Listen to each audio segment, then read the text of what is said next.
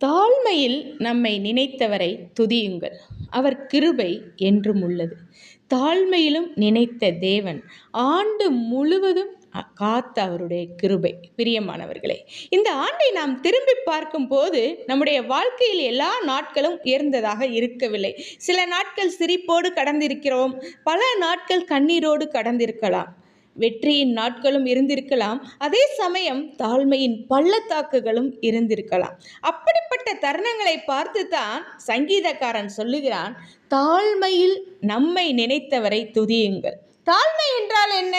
அது நம்மால் முடியாத நிலை, நம்பிக்கைகள் சோர்ந்த நிலை, மனித ஆதரவு குறைந்த நிலை. அப்படிப்பட்ட நிலையில்தான் தேவன் நம்மை மறக்கவில்லை. உலகம் மறந்த போது, மனிதர்கள் நம்மை ஒதுக்கிய போது, சூழ்நிலைகள் நம்மை தள்ளிய போதும் தேவன் நம்மை நினைத்தார்.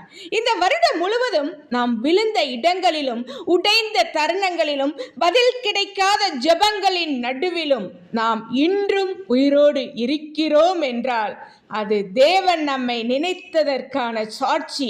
நாம் முற்றிலும் முடிந்து விடவில்லை, நாம் அழிந்து போகவில்லை. காரணம் ஒன்றே, அவர் கிருபை என்றைக்கும் உள்ளது. சங்கீதம் 136 ஒவ்வொரு வசனத்திற்கும் ஒரு மாறுபாடு உள்ளது. அவர் கிருபை என்றென்றைக்கும் உள்ளது. அதாவது இந்த வருடத்தில் நாம் விசுவாசமாக இருந்ததால் அல்ல, தேவன் கிருபையாய் இருந்ததால், நாம் உறுதியாய் பிடித்ததால் அல்ல, தேவன் நம்மை உறுதியாய் பிடித்ததால்.